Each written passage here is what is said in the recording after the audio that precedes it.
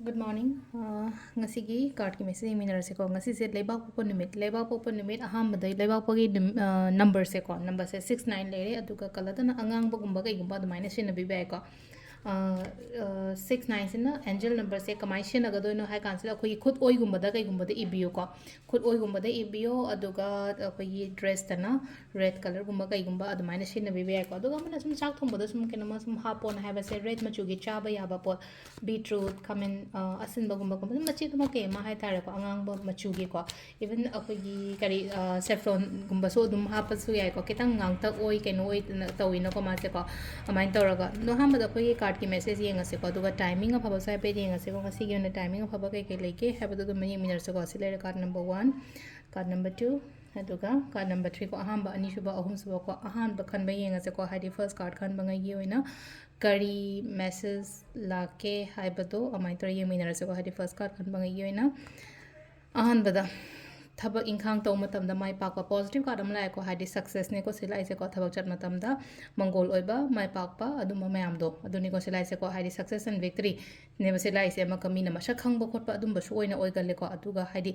aina chattori ba tawdori ba ngasi gi thabak sida aina mai pa aga lak pa adumai tor ko duna hadi thabak jo matam da hadi positivity positive energies ama ga loina na yum da gi thopi ba ko aina chattori thabak se ngasi se mai pa kani ay yum dai thok matam da ai daw ya gani haina adumai tor khalo ko sina ko number 1 khan ba le ko number 2 ko number 2 khan ba ngai se kedang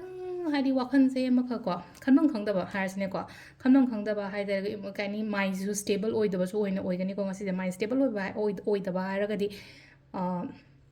karom da chat pana hena phaga da ge karom chat laga hena phaga da ge khanmang khang da ba do ma kha kidang